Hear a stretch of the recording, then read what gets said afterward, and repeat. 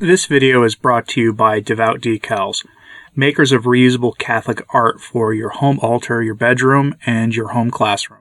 For those of you who are doing St. Michael's Lent this year, which is sort of a Lent-length period of fasting and abstinence, although not quite to the same degree as traditional Lent, you may find this, what I'm about to present to you, interesting. About a month or so ago, I presented the first of the discourses of St. Alphonsus Liguori on the four principal gates of hell, the first being hate. And now we move on to the second one. We'll discuss it briefly after it's over. Here he's going to talk about blasphemy, which is one of the most common, widespread problems today, to the point where we've become so almost numb to hearing it. Maybe perhaps slipping into use of it ourselves because it has become so commonplace. Blasphemy is something to be taken very seriously. We should always have a gut reaction when we hear it, and absolute horror if we slip into using it ourselves.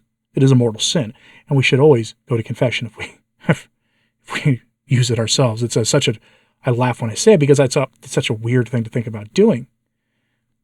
Yet how many of you have slipped into it yourself? And as numerous priests have pointed out in their various lectures you can find online, blasphemy isn't simply saying the Lord's name, but if you use an acronym of that same expression, it's considered blasphemy. Words have meaning, after all, and to even imply their meaning can be bad. So here, you should bear that in mind as we go over the second of the four principal ways that hell has of trying to triumph in our lives, and this one is blasphemy. Let us pass unto the second gate of hell, which is blasphemy. Some, when things go wrong with them, do not attack man, but endeavor to wreak their vengeance upon God himself by blasphemy. Know, my brethren, what matter of sin blasphemy is. A certain author says, every sin compared with blasphemy is light. And first of all, St. John Chrysostom says, there is nothing worse than blasphemy. Other sins, say St. Bernard, are committed through frailty, but this only through malice. With reason, then, does St. Bernardine of Siena call blasphemy a diabolical sin, because a blasphemer, like a demon, attacks God himself. He is worse than those who crucified Jesus Christ, because they did not know him to be God.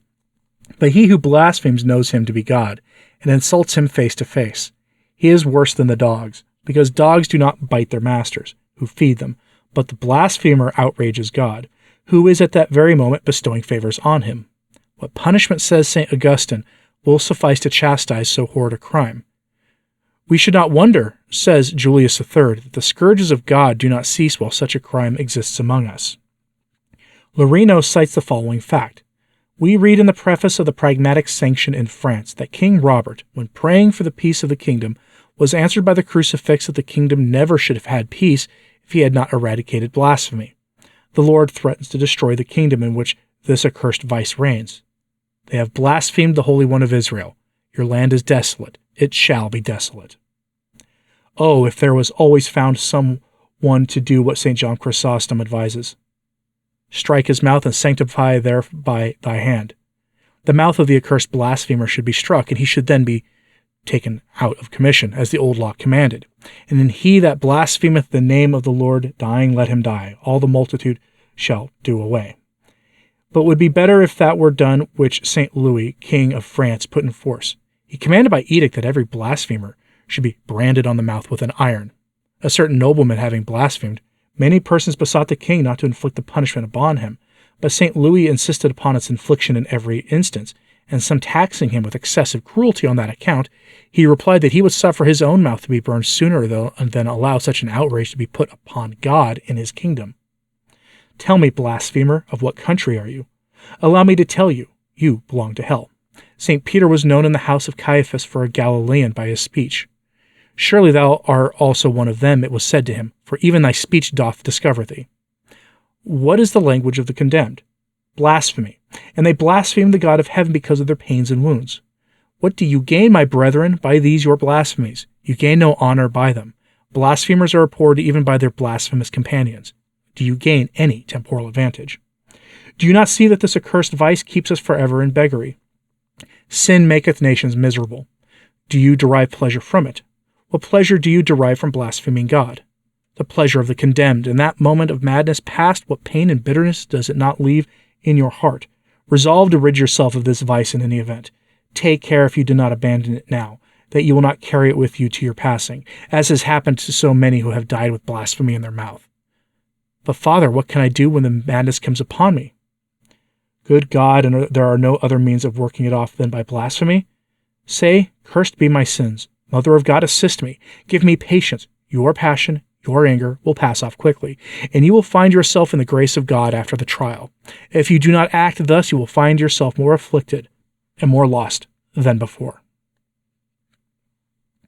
A short reflection from St. Alphonsus Liguori, but one that should hit home for us. Our country, wherever you're watching this from, can absolutely be considered part of the nation of hell.